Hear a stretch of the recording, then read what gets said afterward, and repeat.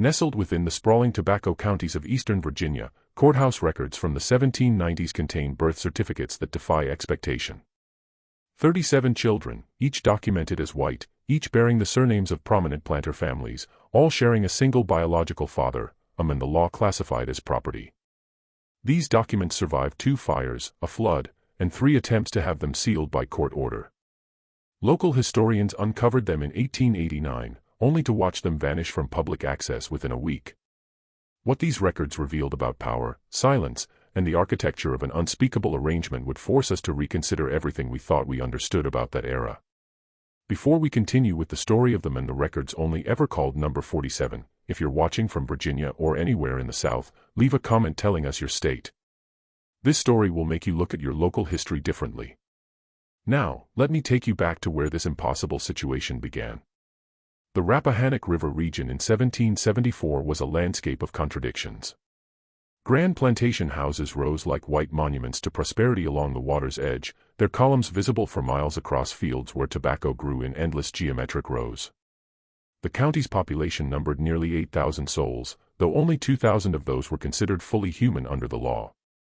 This was a place where wealth was measured in acres and in people, where the distance between the great house and the quarters could be crossed in 5 minutes, but represented an unbridgeable chasm in every other sense.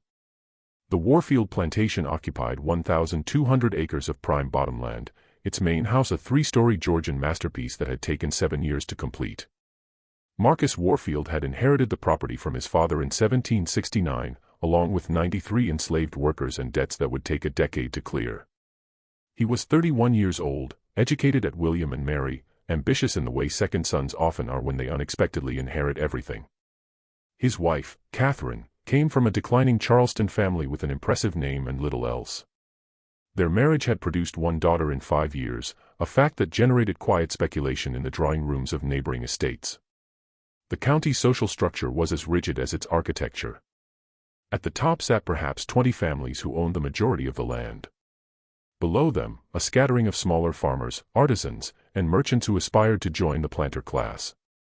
And below that, the vast majority, people who existed in ledgers as assets, their lives circumscribed by laws designed to prevent precisely what would unfold at the Warfield estate over the next 2 decades.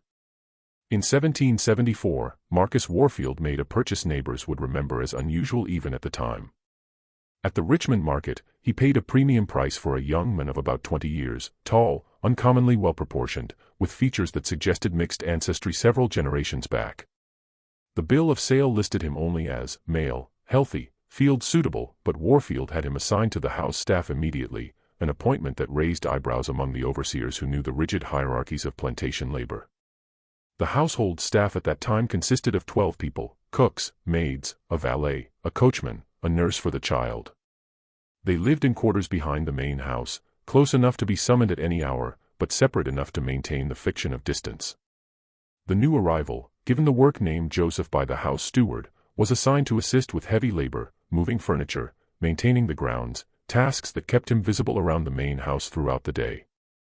Catherine Warfield was 26 that summer, a woman whose portrait from the period shows delicate features and an expression of studied composure. Letters she wrote to her sister in Charleston reveal an educated woman fluent in French, well-read in contemporary literature, and deeply conscious of her position. She managed the household with efficiency, maintained correspondence with relatives, and presided over the small social gatherings the plantation hosted. Her marriage was, by the standards of the time, unremarkable, cordial, appropriate, and emotionally distant in the way that was expected of such arrangements. What happened next unfolded so gradually that no single moment marked the beginning. There were errands that required Joseph's presence in the main house, conversations Catherine initiated about household matters, moments when Marcus was away on business in Richmond or Williamsburg for days at a time. The household staff later testified to nothing unusual, only that Mrs. Warfield had taken to giving Joseph his instructions personally rather than through the house steward, and that certain tasks seemed to require his attention specifically. The first pregnancy was announced in the spring of 1775, as tensions with Britain escalated into open conflict. Marcus Warfield expressed pleasure at the prospect of a son. The child, born in December of that year, was a healthy boy with fair skin and dark eyes. They named him Marcus Jr. Nothing in the birth was remarkable. Nothing in the county registry suggested anything other than a legitimate heir to the Warfield estate. But in the quarters, whispers had already begun: the timing of Catherine's seclusion, the resemblance some claimed to see in the infant's features, the particular attention she paid to Joseph's comfort and positioning in the household. These were dangerous observations to voice, the kind that could result in a whipping or sale if they reached the wrong ears. So they remained whispers, passed only among those whose lives depended on reading the invisible currents of power in the great house. The second pregnancy followed 18 months later, another son, then a third. By 1780, Catherine Warfield had given birth to 5 children, all documented as legitimate heirs of Marcus Warfield, all suspiciously robust in a time when infant mortality among the planter class often reached 30%. Marcus himself seemed pleased with his expanding family, his public reputation enhanced by his apparent virility and the promise of multiple sons to inherit portions of the estate. But the neighboring estates were beginning to notice patterns. The Bradfords, whose property joined the Warfields' eastern border, remarked on the frequency of Catherine's pregnancies. The Suttons, whose matriarch had known Catherine since childhood, noted in letters that the Warfield children seemed uncommonly healthy, as if blessed by some vigor not typical of our families. These observations were made carefully, without direct accusation. But the subtext was clear to those who understood the coded language of plantation society. The truth began to crystallize in 1783 when something unprecedented occurred at a neighboring plantation. Rebecca Bradford, wife of Thomas Bradford and cousin to Catherine Warfield, announced that she too was expecting a child. This was surprising. The Bradfords had been married for 11 years without producing offspring, and Rebecca was approaching 40. But what shocked the local community came after the birth, when Rebecca's personal maid mentioned to another enslaved woman that Mrs. Bradford had requested Joseph from the Warfield estate be loaned to help with heavy work during the late stages of her pregnancy, when Mr. Bradford was frequently away with the militia.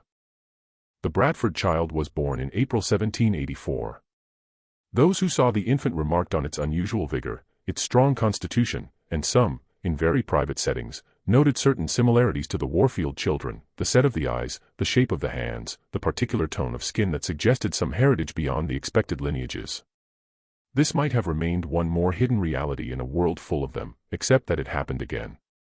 Sarah Sutton, aged 32 and married to the county's largest landowner after Marcus Warfield, failed to conceive for the first 7 years of her marriage. Then in 1785, she too requested that Joseph assist with estate work while her husband traveled to Philadelphia on business. 9 months later, she delivered twins. A pattern was emerging, but it was a pattern that could not be spoken aloud. To acknowledge it would be to acknowledge something that threatened the entire structure of inheritance, legitimacy, and racial hierarchy upon which the planter class depended. These children were being born into white families, documented as legitimate heirs with no legal or social mechanism to challenge their parentage. The law was clear: children inherited the status of their mother. If the mother was white and married, the child was white and legitimate regardless of biological paternity. What made the situation even more complex was that Marcus Warfield seemed not only aware of the arrangement, but actively facilitating it. Joseph remained on the Warfield estate, never sold or reassigned, always available when certain wives in the county requested his presence for heavy labor at their estates. There was a schedule, almost methodical in its implementation. A request would come. Marcus would grant permission. Joseph would spend weeks or months working at a neighboring plantation. And within a year, a child would be born. By 1790, the count had reached 23 children across 7 different planter families, all documented as white, all legally the sons and daughters of prominent men who commanded respect and wielded power in county affairs. The birth registry maintained by the county clerk showed nothing unusual, just a prosperous region experiencing a baby boom among its leading families. But the enslaved community knew. They kept their own records passed down orally, marking the births and noting the pattern. They watched as Joseph moved through the county, always accompanied by appropriate documentation, always returned to the Warfield estate, always maintained in a position of relative comfort unusual for someone of his status. They understood what was happening, even if they could never speak of it openly. A conspiracy of silence was being maintained by both the powerful and the powerless, though for very different reasons. The tension inherent in this arrangement finally manifested in 1791 when a visiting merchant from Pennsylvania witnessed Joseph accompanying Catherine Warfield on a trip to Richmond. The merchant, unfamiliar with Virginia's complex racial and social codes, made the mistake of commenting to Marcus Warfield that he had a very attentive servant who seems uncommonly familiar with your wife's preferences. The statement was innocent, but its implications were dangerous. Marcus Warfield's response was carefully calibrated. He explained with patience that suggested he had made this explanation before, that Joseph was a trusted member of the household, that his loyalty was absolute, and that certain arrangements in Virginia may seem peculiar to those unfamiliar with our particular circumstances. The merchant left with the distinct impression that he had stumbled onto something he was not meant to question. As the 1790s progressed, the situation evolved into something even more elaborate. The children were growing up, and several of them bore unmistakable similarities to one another despite being raised in different households with different surnames. At social gatherings where the planter families assembled, observers might have noticed a particular cast to certain faces, a consistent set of features appearing across supposedly unrelated family lines. The Warfield children remained the most numerous. Catherine had given birth to 11 children by 1795, all documented as fathered by Marcus. But the Bradford family now claimed 4 children. The Suttons had 6. And 3 other families in the county had each added 2 or 3 to their respective lineages. The mathematics were remarkable: 37 children born to 7 different white women over a 20-year period, all thriving, all absorbing education and inheritance rights as their mother's legitimate offspring. Joseph himself had aged into his 40s, still maintained at the Warfield estate in a position that defied the usual trajectory of enslaved labor. He was not worked in the fields. He was not hired out for cash income as was common with skilled workers. He was kept available, well-fed, housed in quarters better than those provided to the overseers. And he remained silent. There is no record of him ever speaking about the situation to anyone, even to others in the enslaved community. What drove this arrangement? The question haunted those who observed it from a safe distance. Some theory suggested Marcus Warfield had been rendered infertile by a childhood illness, and that rather than face the social death of being unable to produce heirs, he had engineered this solution. Others proposed that it was Catherine who wielded the true power, that she had somehow leveraged knowledge over her husband to force his complicity.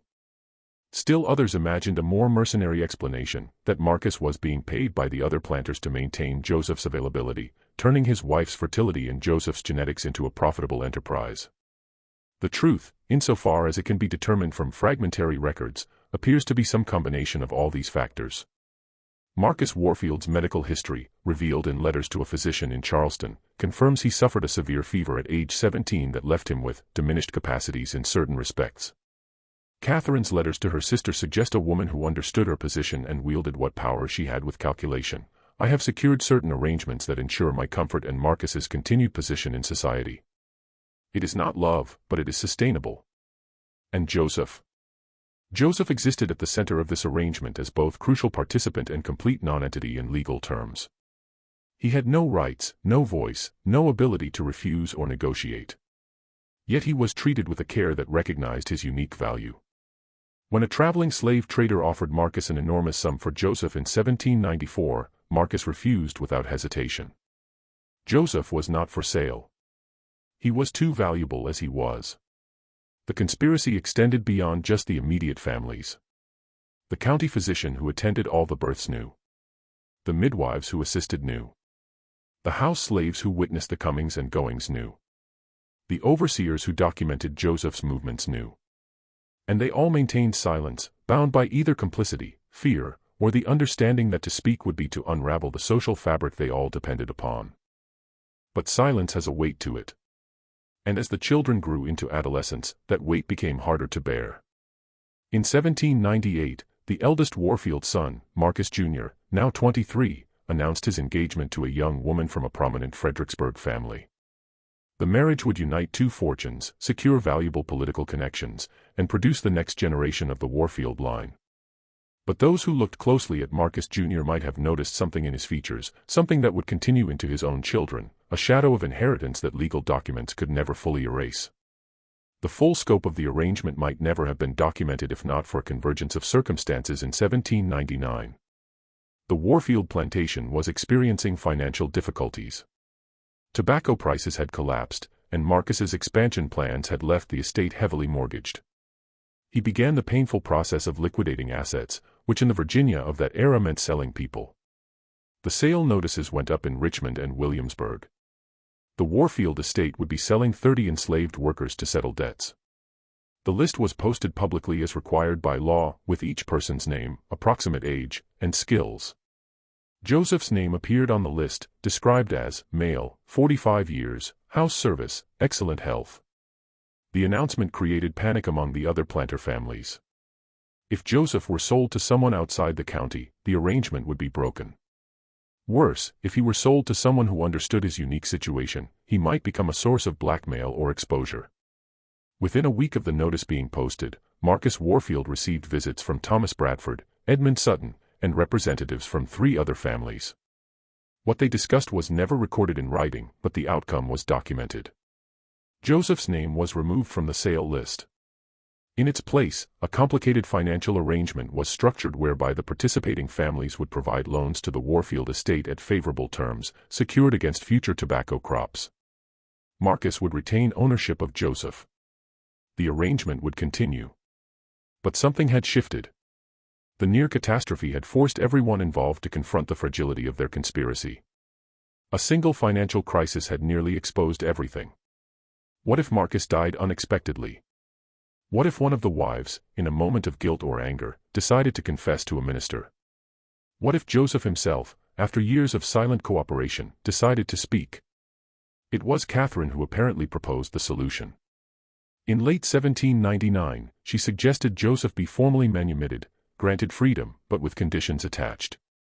He would be freed legally, removing the possibility of his being sold, but he would remain on the Warfield estate as a paid servant, bound by a contract that ensured his continued availability and silence. The other families agreed to contribute to his annual salary.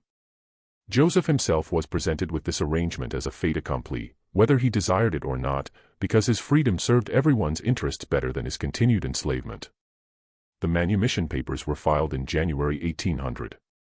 They described Joseph as a faithful servant, granted freedom in recognition of long service, and specified that he would remain employed at the Warfield estate for a salary of $60 per year, a sum that was simultaneously generous for a freed black man and insulting for the value he represented. The papers required his signature, or rather his mark, as he had never been taught to write. He made an X on the document that transformed his legal status while changing almost nothing about his daily reality. What did Joseph think of all this? The historical record offers only silence. He left no letters, no testimony, no recorded words.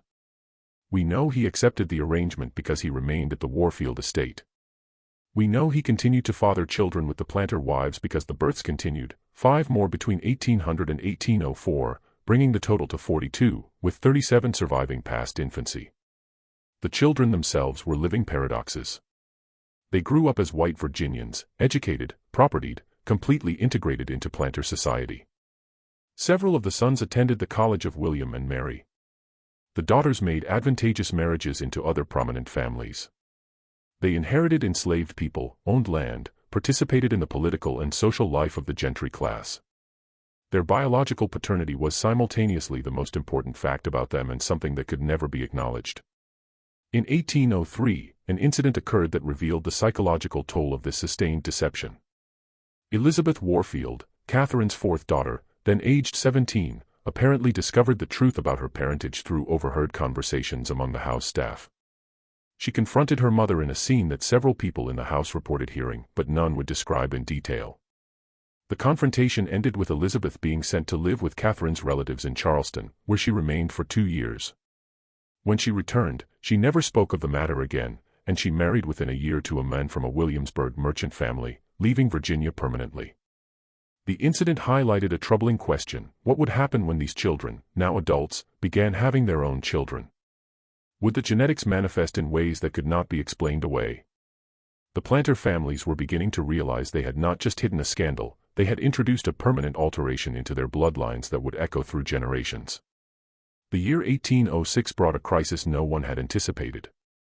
Gabriel's rebellion in 1800 and the subsequent tightening of laws governing free black people in Virginia created an increasingly hostile environment for someone in Joseph's position. New legislation required free black people to leave the state within a year of manumission unless they received special dispensation from the county court. Joseph, freed in 1800, should have left by 1801.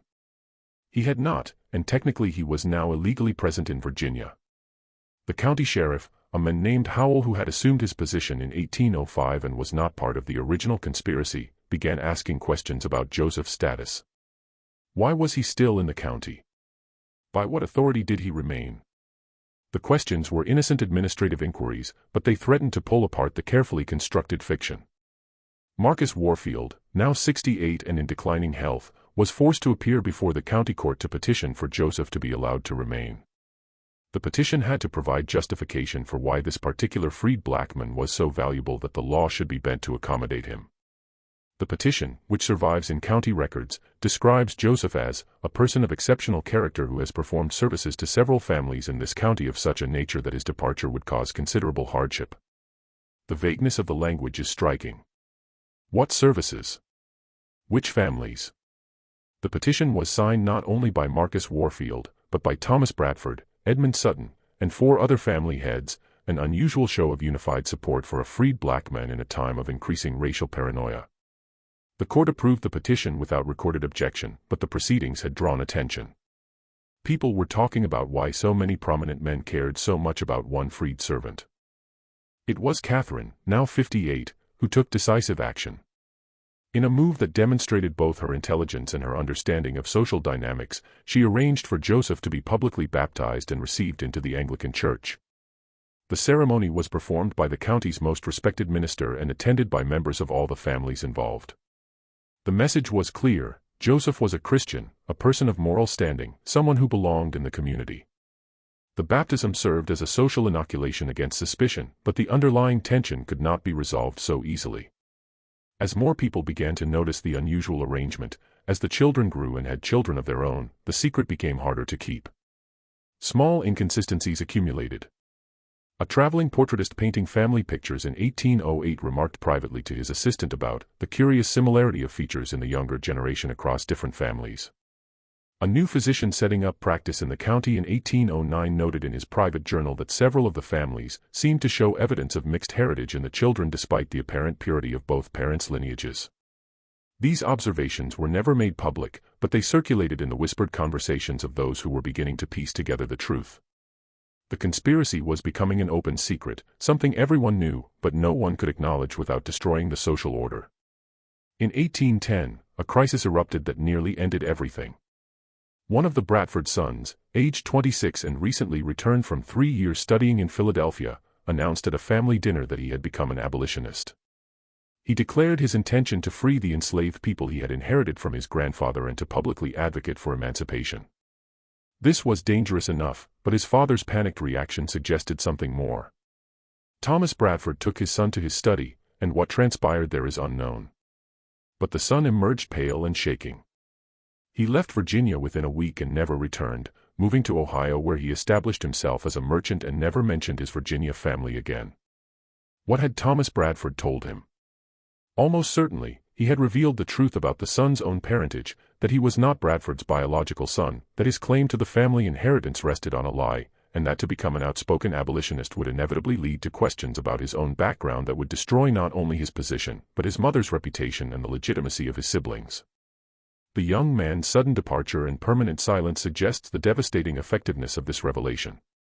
The beginning of the end came in 1812 as the United States entered war with Britain and Virginia mobilized its militia. Marcus Warfield died in March of that year, age 74, and his death triggered a series of events that would finally bring the truth into the light. The funeral was held on a cold morning when fog rolled in from the Rappahannock, shrouding the plantation in gray. Every prominent family in the county attended, a show of respect for a man who had been a pillar of their community for over 4 decades. The enslaved workers lined the path to the family cemetery, heads bowed as custom demanded. Joseph stood among them, though his position was ambiguous, technically free, practically bound, legally separate, but functionally essential to the assembled family's carefully maintained fictions. Catherine wept at the graveside, but those who watched closely noted something performative in her grief. She was 74 herself, frail in recent years, and the elaborate deception that had structured her entire adult life was about to collapse under its own weight. Marcus had been the architect of their arrangement, the one who had managed the other family's expectations and maintained the financial structures that kept everyone invested in silence. Without him, the conspiracy lacked a coordinator. The will was read in April in the Warfield House drawing room with all 11 surviving children present. The attorney, a man named Haversham who had served the family for 20 years, read through the standard provisions with practiced efficiency: the plantation and majority of assets to Marcus Jr., smaller bequests to the other sons, dowries for the daughters who remained unmarried, a pension for Catherine, all of it predictable, appropriate to a wealthy planter's estate. Then Haversham reached the codicil, added just 3 months before Marcus's death. His voice faltered slightly as he read, "To the faithful servant Joseph, in recognition of services rendered across many years to this family and to my dear friends who have shared in my fortune, I bequeath the sum of $5,000 to be paid from the estate within 6 months of my death." The room went silent. $5,000 was more than many overseers earned in a lifetime. It was a sum that demanded explanation, and the will provided none beyond that carefully worded phrase, "services rendered to this family and to my dear friends." Marcus Jr. stood abruptly, his face flushed. At 37, he had built his own reputation as a capable manager, expanding his inherited portion of the estate and establishing himself in county politics. But he was not a fool, and he understood immediately what his father had done. The bequest was both acknowledgment and trap. It confirmed Joseph's importance while making his relationship to the family undeniable in legal records that would survive for generations. "This is inappropriate," Marcus Jr. said, his voice tight. Father must have been in declining mental capacity when he added this provision. The attorney shook his head. "I witnessed the codicil myself, along with Dr. Morrison and Reverend Hughes. Your father was entirely lucid. He insisted on this provision specifically." Catherine spoke from her chair by the window, her voice surprisingly strong. "Your father knew what he was doing. The bequest stands." The tension in that room was suffocating. The children, adults now with their own families and positions, looked at one another with dawning comprehension. Some had suspected for years. Others were only now beginning to understand. And several, including Marcus Jr., had known the full truth since their late teens, when the burden of maintaining the family's reputation had been passed to them like a hereditary disease. The meeting dissolved without resolution. The children departed to their separate homes, the bequest hanging over all of them like a sword suspended by fraying thread. Within days, the news had spread through the county's social networks. People were talking openly now, speculating about why Marcus Warfield would leave such a fortune to a freed black man. The explanations offered ranged from the mundane, Joseph had saved Marcus's life at some point, to the scandalous whispers that had circulated for years but never been spoken in polite company. Thomas Bradford, now 71 and in poor health, summoned his sons to a meeting. What he told them has never been recorded directly, but the family's papers include a letter from his eldest son to a brother in Kentucky dated May 1812, "Father has confessed matters regarding our parentage that I cannot commit fully to paper. Suffice to say that the Warfield bequest has exposed secrets that several families have maintained for decades. We are discussing how to manage the situation, but I fear the revelation is inevitable." Edmund Sutton took a different approach. He visited Catherine privately and offered to contest the will, arguing Marcus had been unduly influenced. Catherine refused. "Let the truth be known," she told him, according to Sutton's diary. "I am too old and too tired to maintain the deception any longer. My children know. Your children know. We have all been living a lie, and I will not spend my remaining days protecting it." Sutton was horrified by her fatalism, but he could not control her. And in truth, Catherine's exhaustion with the conspiracy was understandable. She had spent 40 years managing an impossible situation, coordinating lies, maintaining appearances, ensuring that 7 families remained aligned in their mutual deception. Marcus's death had freed her from the obligation to continue. She was ready to let the structure collapse, whatever the consequences. In June, Catherine made a decision that would accelerate everything. She began sorting through her private papers, preparing to have them archived with the County Historical Society. Among those papers were letters, shockingly explicit letters that documented her side of the arrangement. She had kept them hidden in a locked box that only she could access, perhaps as insurance, perhaps as confession to a future she would never see. One letter in particular, written to her sister in Charleston in 1795, laid out the truth with clinical precision. "Marcus has not been able to perform the duties of a husband since before we married, the result of a fever in his youth that left him incapable. The man Joseph, who lives on our property, has given me 11 children and has provided similar service to Rebecca Bradford, Sarah Sutton, and others whose names I will not commit to paper. Marcus accepts this because his pride depends on being thought capable of fathering heirs. The other families participate because their wives were also unable to conceive with their husbands, or because the husbands themselves were incapable. It is a collective secret sustained by mutual need and enforced by mutual vulnerability. We are all complicit, and we are all trapped. Catherine showed this letter to her eldest daughter, Amelia, age 31, and asked her what she thought should be done with it. The question was both genuine inquiry and test. What Amelia decided would reveal whether the next generation would maintain the conspiracy or let it die. Amelia read the letter 3 times, sitting in her mother's parlor while afternoon light slanted through the windows. Her own children were playing in the garden outside, 3 boys and a girl, all documented as the legitimate offspring of her husband, Richard Cavendish, though Amelia had long suspected the truth about her own parentage. The letter confirmed what she had intuited since adolescence. "Mother," Amelia said finally, "if you preserve this letter, it will destroy our family's reputation. Every one of us will be questioned. My brothers will lose their positions. My sisters will be ostracized. My own children will be marked as illegitimate." Catherine nodded. "I know. But I am also tired of the lie. Your father built this arrangement, and it has sustained us all. But it has required constant vigilance and absolute dishonesty. I have lived my entire adult life in fear of discovery. I would like to die having told the truth." "Then burn the letter and tell me the truth yourself," Amelia suggested. "You do not need to preserve it for posterity." But Catherine shook her head.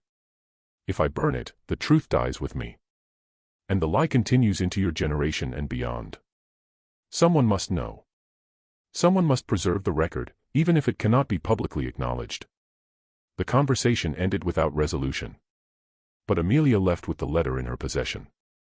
For weeks, she struggled with what to do. She discussed it with her husband, who was horrified and insisted it be destroyed. She consulted with her brother Marcus Jr., who threatened legal action if she made the letter public. She even, in a moment of desperation, showed it to Reverend Hughes, the county's Anglican minister, seeking spiritual guidance. Hughes's reaction was telling. He did not express shock or moral outrage. Instead, he sighed deeply and said, "I have suspected something of this nature for many years. The patterns were too consistent to be coincidental. But I could never speak of it without proof, and I had no desire to destroy families based on speculation." He advised Amelia to preserve the letter, but to ensure it would not become public in a way that would harm the living. "Let future generations judge," he said. "We are too close to the situation to handle it justly." Catherine died suddenly in September 1812. The official cause was listed as heart failure, but her personal physician noted in his records that she had been taking increasingly large doses of laudanum in the final weeks of her life. Whether her death was suicide or accidental overdose remains ambiguous, but the timing, just as the scandal was reaching critical mass, suggests a woman who chose her exit rather than face the consequences of revelation. Her death brought all the tensions to a head. The sorting of her affections fell to her daughters, and Amelia made a decision that would haunt the family for generations. She took Catherine's letter to the county clerk and demanded it be entered into the official record as part of Catherine's estate papers. The clerk, a young man named Patterson who had held the position for less than 2 years, was terrified by the implications.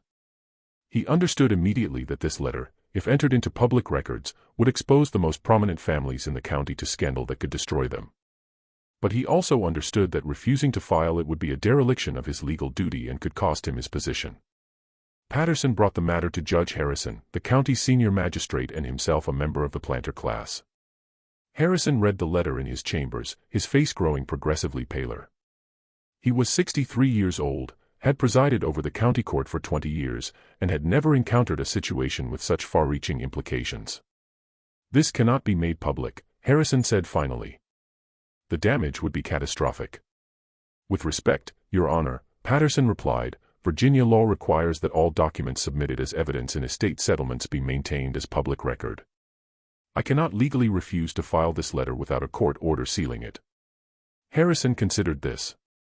A court order sealing the letter would require a hearing, which would require explaining why the letter needed to be sealed, which would effectively publicize its contents.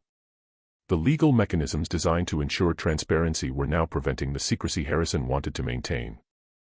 "File it," Harrison said finally. "But file it under Mrs. Warfield's maiden name, Catherine Thornton." Place it in the section dealing with Charleston correspondence, not with the Warfield estate papers. Make it technically accessible but practically invisible. Patterson understood the instruction. Hide the letter in plain sight. Buried in bureaucratic misfiling where only someone specifically searching for Catherine's maiden name in connection with Charleston records would ever find it. The letter would be preserved, satisfying both legal requirements and Amelia's desire to maintain some record of truth, but it would be effectively invisible to casual researchers. The filing process, however, required that multiple clerks and court officials read the letter to determine proper categorization. Within 2 weeks, every person of standing in the county knew the truth. The secret was no longer secret, though it remained officially unacknowledged. People began looking at the prominent families differently, counting children, noting resemblances, reconstructing timelines. The social dynamics shifted in ways both subtle and profound. Invitations that had routinely gone to certain families were quietly withdrawn. Business partnerships dissolved without explanation. Political alliances fractured. The county was experiencing a slow-motion social earthquake, with families repositioning themselves relative to the scandal without ever explicitly acknowledging what they were doing. Joseph's position became untenable. He had remained at the Warfield plantation after Marcus's death, still employed, still living in his quarters behind the main house. But with the truth now circulating openly, even if unofficially, his presence was a constant reminder of the scandal. People stared at him in the streets of the county seat. Conversation stopped when he entered a room. The protection Marcus had provided was gone, and Catherine was dead. He was exposed and vulnerable in ways he had never been, even during his years of legal enslavement. In October 1812, Marcus Jr. summoned Joseph to the house. The meeting was witnessed by 2 of Marcus Jr.'s brothers, apparently to ensure there would be corroboration of whatever was said. Marcus Jr. was direct, "You cannot remain here. Your presence makes the situation impossible for all of us. We will provide you with funds sufficient to establish yourself elsewhere. But you must leave Virginia." Joseph, who had spent nearly 40 years on the Warfield property and another 13 years as a freedman unable to leave the county, finally spoke words that someone bothered to record. One of the brothers present wrote down the exchange in a letter to his sister. Joseph asked where he was supposed to go. Marcus said Philadelphia, where the free black community would accept him. Joseph asked if he had a choice. Marcus said no. Joseph asked if he would be able to return. Marcus said not in his lifetime. Joseph nodded and said, "I understand. I have always understood." Then he left the room. The funds were assembled in November. Thomas Bradford, Edmund Sutton, and 3 other family heads contributed to a collective payment. The total amount was recorded by Bradford in his personal accounts, $3,000, an enormous sum that represented both payment and silencing. It was hush money, though nothing in the legal documents described it as such.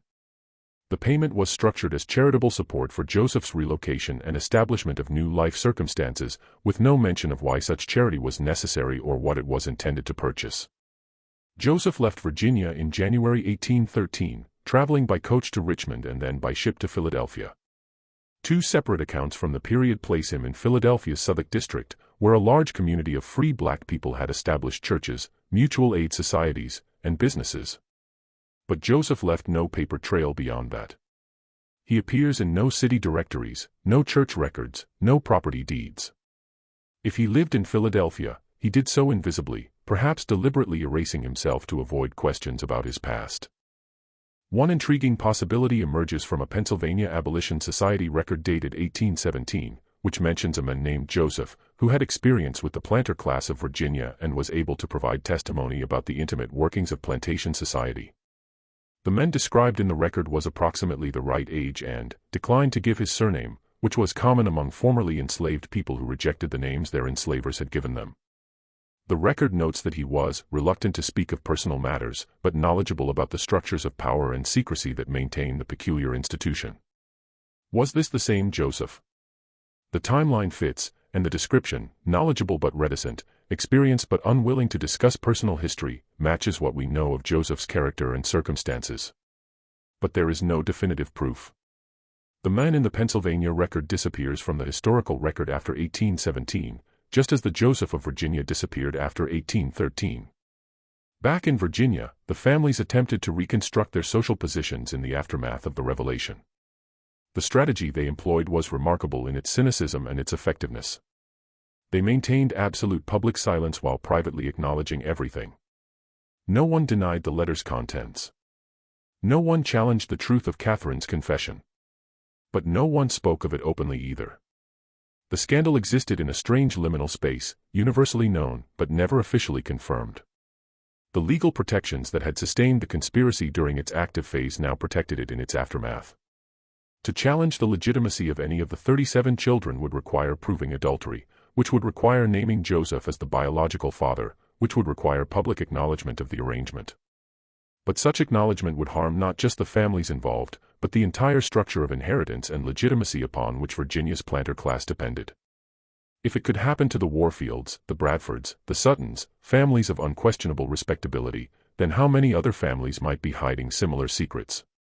The planter class had a collective interest in maintaining the fiction of legitimacy, because to unravel one family's claims was to threaten everyone's claims. The conspiracy of silence evolved into something even more insidious, a conspiracy of mutual vulnerability where everyone's complicity protected everyone else's position. The children, now adults with their own children and grandchildren, navigated this strange reality in different ways. Some chose exile, moving to frontier areas where their backgrounds were unknown. Marcus Jr. sold his portion of the Warfield estate in 1815 and moved to Kentucky, establishing himself as a horse breeder and never returning to Virginia. 2 of his brothers went to Tennessee. 3 of the Bradford offspring relocated to Georgia and Alabama, carrying their complicated inheritance to the expanding Cotton South. Those who remained in Virginia developed a particular psychological adaptation. They maintained their social positions through a combination of defiance and careful positioning. They attended church, participated in civic life, and dared anyone to challenge their standing. And because challenging them would require public acknowledgement of the scandal, no one did. They existed in a state of permanent tension, socially secure but psychologically haunted, legally legitimate but personally aware of their fraudulent origins. The next generation, born after 1813, were raised in a strange environment of spoken and unspoken knowledge. Parents told them carefully edited versions of their family history, omitting crucial details while leaving gaps obvious enough that intelligent children could deduce the truth. Some families were more forthcoming than others. But all maintained the fundamental lie, that the children were legitimate heirs of their legal fathers despite biological evidence to the contrary. Genetic inheritance, however, could not be controlled by legal documents or social conventions. As the children of the 37 grew into adulthood, certain physical characteristics became undeniable: the shape of the eyes, the structure of the face, the particular tone of skin that suggested mixed heritage. These appeared across family lines in patterns that could not be explained by the official genealogies. By the 1830s, careful observers might have noticed that members of supposedly unrelated families bore striking resemblances to one another, as if they shared a common ancestor, which, of course, they did. One particularly detailed observer was a portraitist named Samuel Ellis, who painted family pictures for Virginia's gentry throughout the 1820s and 1830s. His private notebooks, discovered after his death, contain observations he never shared publicly. The Cavendish children bear remarkable resemblance to the Sutton children, particularly in the eyes and hands.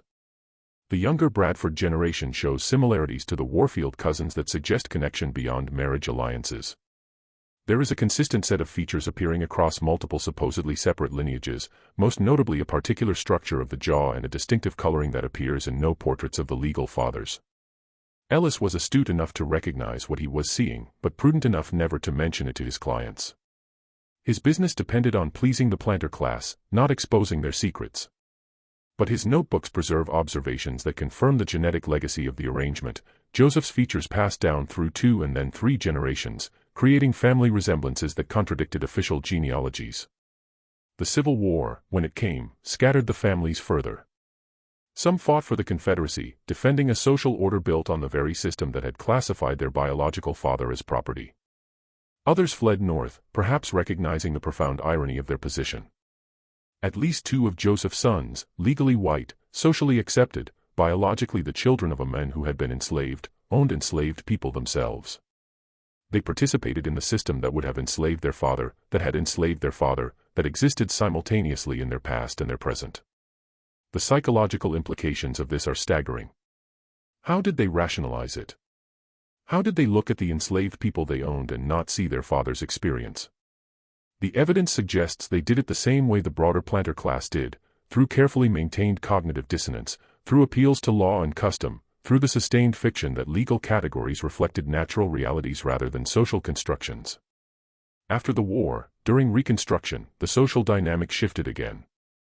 The planter class lost much of its economic power, though it retained social prestige.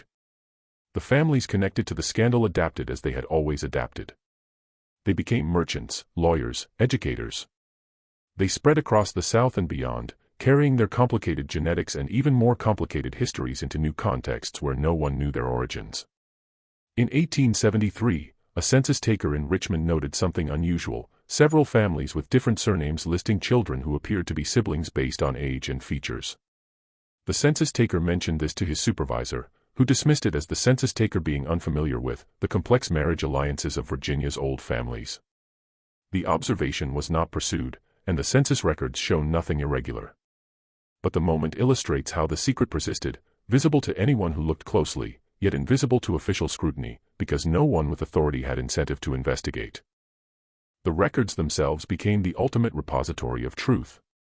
The county courthouse maintained everything: Catherine's letter filed under her maiden name in the Charleston correspondence section, the birth certificates of 37 children listing their legal fathers, Joseph's manumission papers, Marcus Warfield's will with its revealing bequest, the petition for Joseph to remain in Virginia signed by multiple family heads.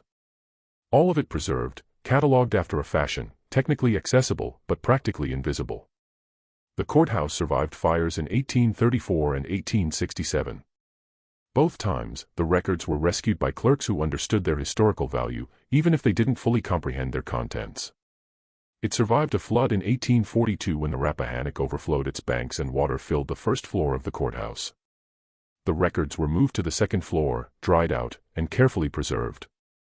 It was as if some impulse toward historical truth persisted even in a society built on denial.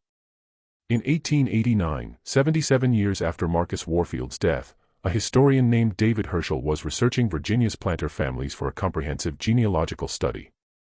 He was working in the county archives when he found Catherine's letter misfiled under her maiden name. Herschel was a meticulous researcher trained at the University of Virginia, and he immediately recognized the significance of what he was reading. He spent the next 3 months cross-referencing the letter's claims with other county records. He examined birth certificates, marriage records, estate papers, property transactions, census data. What he discovered was a pattern so consistent it could not be coincidental: 7 women, all married to prominent planters, all producing children at consistent intervals over a 20-year period, all connected to the Warfield estate through documented visits and labor assistance arrangements. The children numbered 37 survivors out of 42 births, an infant survival rate of 88%, far higher than the typical rate for the planter class, which hovered around 65%. Herschel's conclusion was inescapable. The letter was true. The arrangement had existed. 37 children of Virginia's planter elite were biologically the offspring of a man who had been enslaved until 1800. These children had inherited property, enslaved people, social position, and political power, all based on legal fictions that everyone involved had agreed to maintain. Herschel wrote a comprehensive article documenting his findings. He was careful in his language, presenting it as a historical case study rather than a sensational exposé. He focused on the legal and social mechanisms that had allowed such an arrangement to persist, using it as a lens to examine the contradictions of antebellum Virginia society. The article was 30 pages long, meticulously footnoted, and devastating in its implications. He submitted the article to the Virginia Historical Society for publication in their quarterly journal. The article was accepted by the editorial board in November 1889. It was scheduled for publication in the January 1890 issue. Advanced copies were sent to the Society's major donors, as was customary. The response was immediate and severe. Within 2 weeks of the advanced copies being distributed, the Society received letters from 7 different families, descendants of the original conspirators, threatening to withdraw their financial support and to pursue legal action for defamation if the article were published. The families argued that Herschel's research was based on an unverified letter of dubious authenticity, that his conclusions were speculative, and that publication would unfairly damage the reputations of respected Virginia families based on insufficient evidence. The Society's board met in emergency session in December 1889. The meeting minutes, preserved in the Society's archives, reveal a heated debate. Some board members argued for publication on grounds of historical truth and scholarly integrity. Others argued that the Society had a responsibility to the families who supported it financially, and that publishing allegations of this magnitude without absolute proof would be irresponsible. The final vote was 8-5 against publication. The article was pulled from the January 1890 issue. Herschel was informed that further verification is needed before making such serious claims about respected Virginia families. He was encouraged, in carefully worded language, to pursue other research topics that might be more appropriate to the Society's mission of celebrating Virginia's heritage. Herschel was devastated but not surprised. He understood the forces arrayed against publication. He made one more attempt, submitting a revised version of the article to a national historical journal based in Boston. This version was also rejected, though the reasons given were different. While the research is intriguing, the subject matter is too regional and too sensational for our journal's focus on broader historical trends. Herschel's notes and draft manuscript were archived with his other papers when he died in 1902. They remained there, uncatalogued and unexamined, for another 8 decades.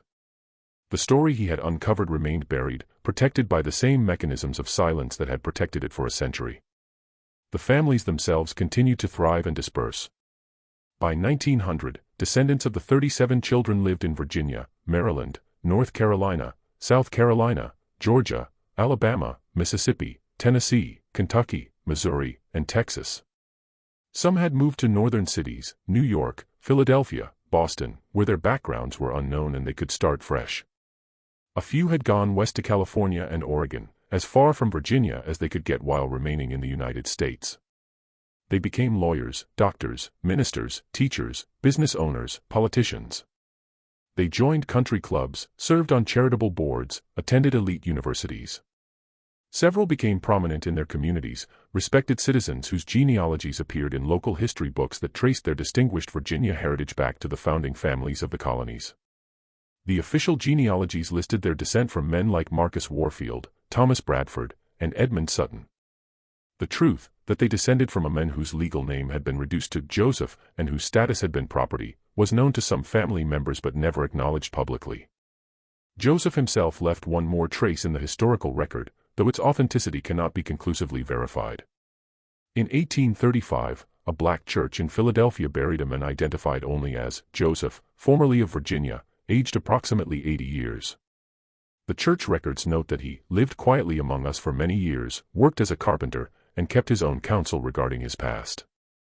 Several members of the congregation attended his funeral, but he left no known family, no property, and no detailed account of his life. If this was the same Joseph, and the age, location, and description of being formerly of Virginia suggest it might have been, then he lived the final 22 years of his life in obscurity, working with his hands, maintaining the silence that had been imposed on him for 4 decades. He died anonymous, buried in a cemetery whose precise location is no longer known, leaving behind only the genetic legacy he had no choice in creating and the conspiracy he had been forced to participate in. The ultimate irony is that the family's attempts to hide the truth ensured its preservation. If they had simply destroyed the records, burned Catherine's letter, eliminated the paper trail, the story would have disappeared completely. But their solution, misfiling, archiving, maintaining technical accessibility while ensuring practical invisibility, meant that everything was preserved. The truth was there, waiting for anyone who knew where to look and had the courage to speak it. Today, descendants of those 37 children live throughout the United States. Most have no idea that their genealogy includes this chapter. The official family trees in genealogical databases and historical societies list descent from the planter families with no mention of biological paternity that contradicted legal documentation. The secret has been so successfully maintained that it has become invisible even to those who carry Joseph's genetics in their blood. The records remain in the county courthouse archive, technically public, practically forgotten. Catherine's letter is still there, filed under Thornton in the Charleston correspondence section, exactly where Judge Harrison ordered it to be placed in 1812. Joseph's manumission papers are there. The birth certificates are there. Marcus Warfield's will is there. All the pieces of the story, preserved in acid-free folders, waiting for someone to assemble them into a coherent narrative. What does this story tell us? It reveals the extraordinary flexibility of social systems built on rigid hierarchies. It shows how contradictions can be absorbed and maintained across generations when everyone with power has an incentive to preserve the fiction. It demonstrates that legal categories, race, legitimacy, inheritance, are social constructions that can be manipulated by those with sufficient authority and motivation. And it suggests that American history contains many more such stories buried in archives, misfiled in records, known to insiders but never acknowledged publicly. The families that descended from this arrangement helped shape the South, and by extension the nation. They participated in politics, business, culture, and society as white Americans of distinguished heritage. Their story is simultaneously exceptional. Few arrangements could have matched this one in scope and duration, and representative of the countless ways that race, power, and legitimacy were negotiated in the gaps between law and reality. Joseph himself remains the most mysterious figure in this entire story. We know what was done to him, what was required of him, and what he received in exchange. But we do not know what he thought, what he felt, or how he understood his own position in this arrangement. Was he a victim? Certainly, he had no power to refuse. Was he a collaborator? His participation was necessary for the arrangement to continue. Was he something more complex, a person navigating impossible circumstances with whatever agency he could claim? The historical record offers no answer, only the silence that he maintained throughout his life. What do you think of this story? Do you believe such arrangements were common in the antebellum South, hidden in the gaps between law and practice? How do you understand Joseph's position, as victim, participant, or something defying simple categorization? And what does it mean that descendants of this arrangement still live among us, carrying genetics and histories they know nothing about? Leave your comment below and share your thoughts. If you found this exploration of hidden American history compelling, subscribe to the channel, hit the notification bell, and share this video with someone who appreciates the complex, uncomfortable truths that archives preserve. There are more stories like this waiting in courthouses and historical societies across the South, and we will continue to bring them into the light. See you in the next video.